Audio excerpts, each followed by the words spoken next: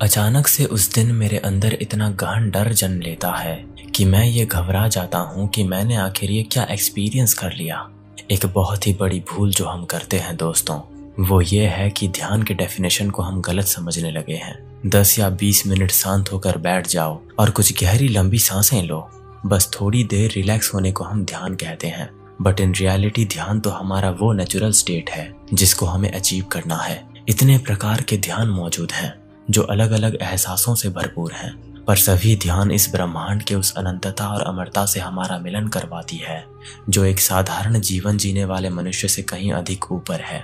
विज्ञान भैरव तंत्र को देख लो, 112 मेडिटेशन टेक्निक्स, उपनिषद या आध्यात्मिक गुरुओं को देख लो, वो लोग भी अलग अलग प्रकार के ध्यान और अपने अनुभवों का बखान करेंगे। पर आज मैं आपको ध्यान का वो एहसास दूंगा अपने शब्दों से, जिस एहसास को प्राप्त करने के बाद आप बिना ध्यान किए भी ध्यान करने जैसा फील करोगे। क्योंकि ये वो रहस्यमय ध्यान है दोस्तों जिसको हम बहुत हल्के में लेते हैं। कहीं शांत जगह पर बैठ जाओ, बस मेरे शब्दों पर ध्यान केंद्रित करो जो आपको जीवन की महासच्चाई से परिचित करवाने वाली है। वो रहस्यमय ध्यान आखिर है क्या? इसमें आखिर ऐसा क्या अनुभव होता है जिससे आप डर जाते हो, लेकिन ये वाद में आपको सत्य से मिलवाता है। जागरूकता के इस महाध्यान को ना तो किसी ने आज तक आपको बताया है और ना ही आपने कभी इसका सही तरीके से पालन किया है। जब हम अपने मन पर बिना काबू किए बस इसको देखते चले जाते हैं, अपने चाल चलन से लेकर बोलने की प्रक्रिया और खान पान से लेकर हर एक क्रिया को जब हम बस देखते चले जाते हैं ना, तो एक चमत्कार होता है। जब आप इस समाज में रहने वाले भागते दौड़ते लोगों को गहराई से देखोगे, वो भी बिना कुछ सोचे, तो एक चमत्कार होता है। जब आप इस प्रकृति के अनंत गति और इसके भीतर मौजूद हर एक जीव जंतु को गहराई से देखोगे, तो एक चमत्कार होता है। ब्रह्मांड को भी देख लो, रात्रि के महाआकाश में मौजूद इन सितारों को जब आप गहराई से देखोगे तो आपको प्राचीनता की एक अनंत चिंगारी दिखती है जो चमत्कार से कहीं बढ़कर है। मेरे कहने का मतलब ये है दोस्तों कि जब आप धीरे धीरे अपने आप को ऑब्जर्वर या विटनेस बना देते हो ना, तो बस आपको चमत्कार दिखाई देता है। जैसे एक नदी के किनारे पर एक व्यक्ति बैठा हुआ है और वो बस उस नदी के बहाव को देख रहा है, उसी प्रकार उस व्यक्ति की तरह हमको बस देखना होता है। यह ध्यान का सबसे बड़ा महासूत्र है जो बिना किसी नियमों का पालन किए किया जाता है, जिसको ओशो और जीटू कृष्णमूर्ति जैसे महाआध्यात्मिक और दार्शनिक गुरुओं ने भी स्वीकार किया था। ये तो अभी मैंने आपको बस बेसिक बताया, चलिए इसको थोड़ा और गहराई से समझते हैं और इसका एहसास करते हैं। द लेयर्स ऑफ कॉन्शियसनेस, यानी कि चेतना की परतें। पहले तो आपको ये समझना होगा कि आपकी जो चेतना है इसके अलग अलग लेयर्स होते हैं और उन लेयर्स को आपको पार करते जाना है। अलग अलग प्रकार की चेतना होती है दोस्तों। मैंने टोटल 20 टाइप्स ऑफ कॉन्शियसनेस के बारे में स्टडी किया है, लेकिन जो आपको जागरूकता की ओर ले जाएगी, इसके लिए पहले आपको ये समझना होगा कि सरफेस कॉन्शियसनेस आखिर है क्या। जो भी आपके रोजमर्रा के जीवन में हो रहा है ना, जैसे आप रोज उठते हो, खाते पीते हो, इसको हम चेतना की ऊपरी स्तर बोलते हैं, यानी कि सरफेस कॉन्शियसनेस बोलते हैं, जिसको आपको ऑब्जर्वेशन के सहारे डिटेल में समझना होता है कि आखिर मैं ये सब क्यों कर रहा हूँ और कैसे कर रहा हूँ। बस आपको अपने कामों को ऑब्जर्व करते जाना है बिना कुछ सोचे। तभी आप इस लेयर को पार करके चेतना के दूसरे लेयर में पहुंचोगे, जिसको सबकॉन्शियस कहते हैं। मान लो आप सडनली बहुत ही उदास फील करने लगते हो, और जब आप उदास होते हो तो आप अपने पर्टिकुलर एक ही गाना सुनते हो, क्योंकि वो गाना आपके साथ सबकॉन्शियसली अटैच हो गया है कि आपको वो गाना सुनना है क्योंकि आप उदास फील कर रहे हो। ये तो बस एग्जाम्पल था। हमारे रोजमर्रा के जीवन में ऐसे कई एग्जाम्पल हैं दोस्तों, जिसको हम अवचेतन रूप से करते हैं।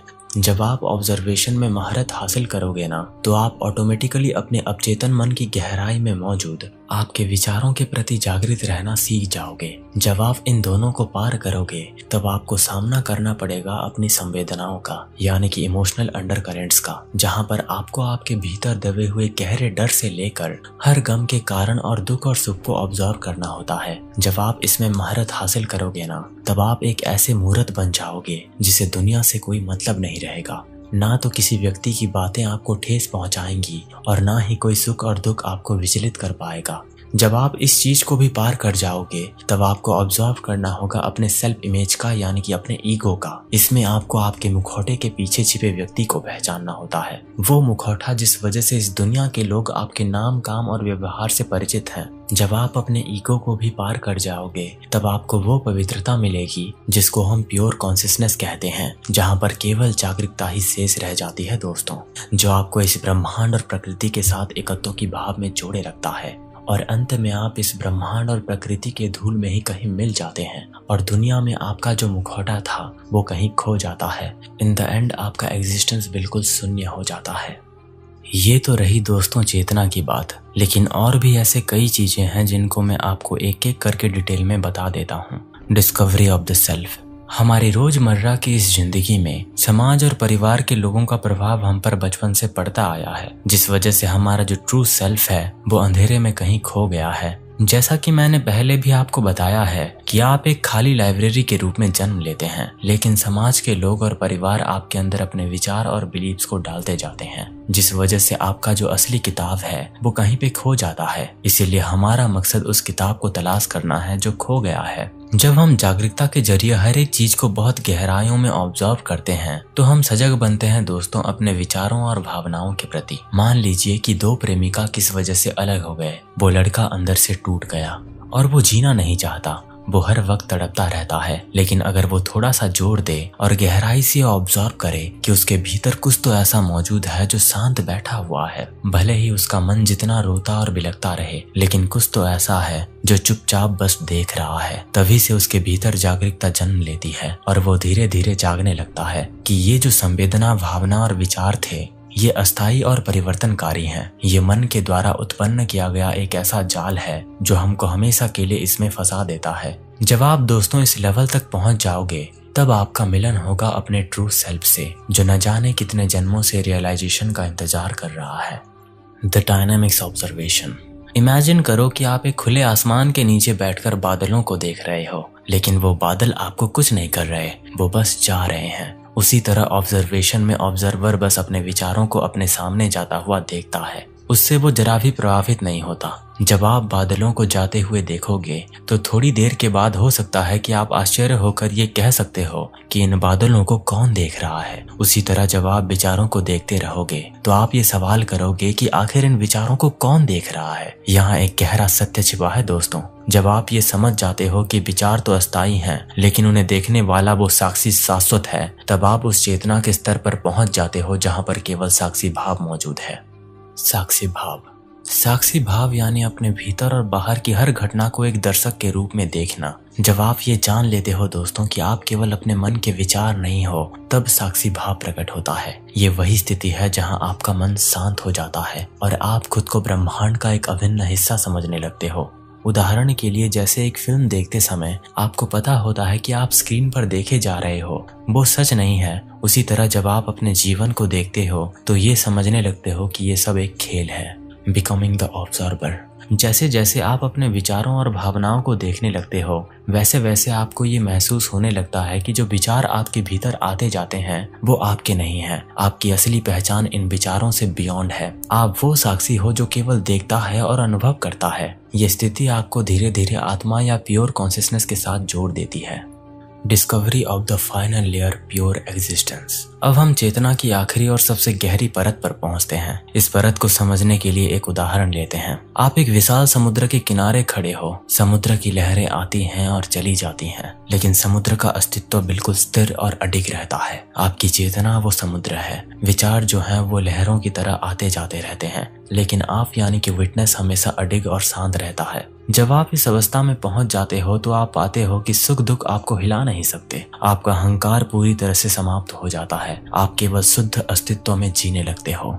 द अल्टीमेट रियलाइजेशन यानी कि शून्यता। जब आप इस सफर में अंत तक पहुंच जाते हो तब आपका एहसास होता है कि जीवन और मृत्यु दोनों मायाजाल हैं। ब्रह्मांड और प्रकृति में आपकी मैं की पहचान पूरी तरह से मिट जाती है। ये स्थिति आपको शून्यता तक ले जाती है। ये शून्यता डरावनी नहीं है दोस्तों, बल्कि ये इटर्नल पीस और अनंतता का अनुभव है। ओशो और जिड्डू कृष्णमूर्ति जैसे महान गुरुओं ने इसे बार बार समझाया है कि जब आप शून्य में प्रवेश करते हो तब आप वास्तव में पूर्ण बन जाते हो।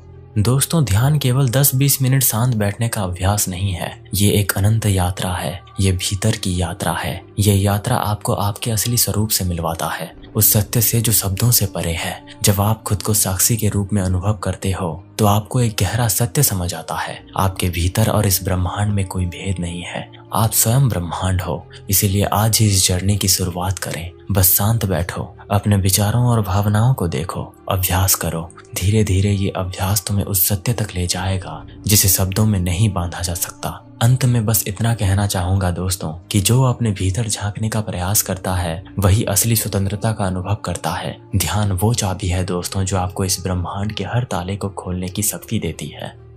तो मैं ये उम्मीद करता हूँ दोस्तों कि आप मेरी बात समझ गए होंगे। आपको ये वीडियो कैसा लगा नीचे कमेंट में जरूर बताना। और अगर आप मेरे इन 2 ऑडियो बुक को सुनना चाहते हो और मेरे 15 दिन के स्पिरिचुअल और फिलोसॉफिकल प्रोग्राम दर्शन से ध्यान तक की 15 दिन की रिकॉर्डिंग्स अगर आप चाहते हो, जहाँ पर मैंने प्रकृति, ब्रह्मांड, ध्यान जैसे कई टॉपिक्स पे बात करी है, तो उसकी लिंक भी आपको नीचे मिल जाएगी। तो मिलते हैं दोस्तों अगले वीडियो में एक नए टॉपिक के साथ। आपका मूल्यवान समय देने के लिए बहुत बहुत धन्यवाद।